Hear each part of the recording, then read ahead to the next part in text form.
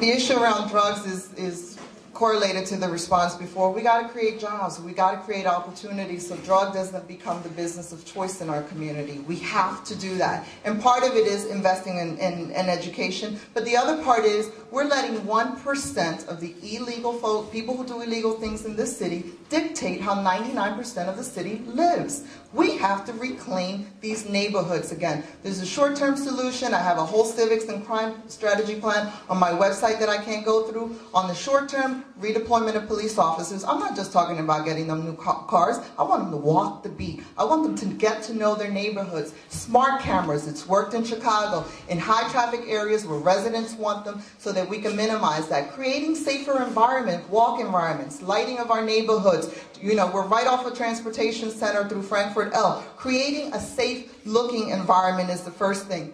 For youth, I am tired of us asking, what is a kid doing at 3 o'clock in the morning out in the street? And the truancy centers are just the first step. What we have to do is provide safe havens for the kids. Don't ask the question as to why the kid is in the street. Let's provide a safe haven so he doesn't become a victim of a crime. Thank you.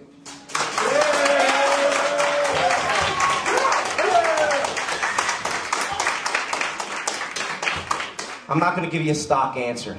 I'm going to tell you what I'm doing, not what I plan to do. You talk about the drug trade, the drug dealers, what are they doing when they get out of jail? They're going right back to the corners and they're selling drugs. You know why? You know why? Because there's not enough probation officers.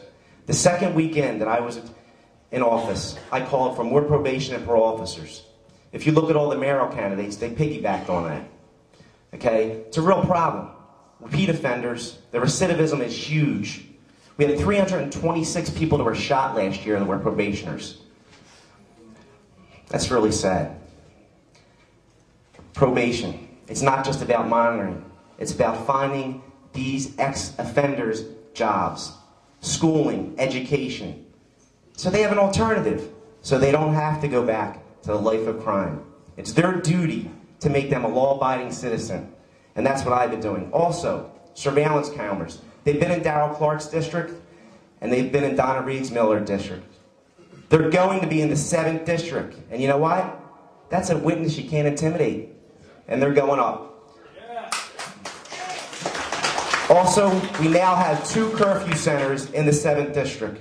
The Lighthouse opened one a couple weeks ago, and in Frankfurt we're opening up one at the end of April. And curfew centers are key to keeping kids off the street and giving them social services to go in the right direction for future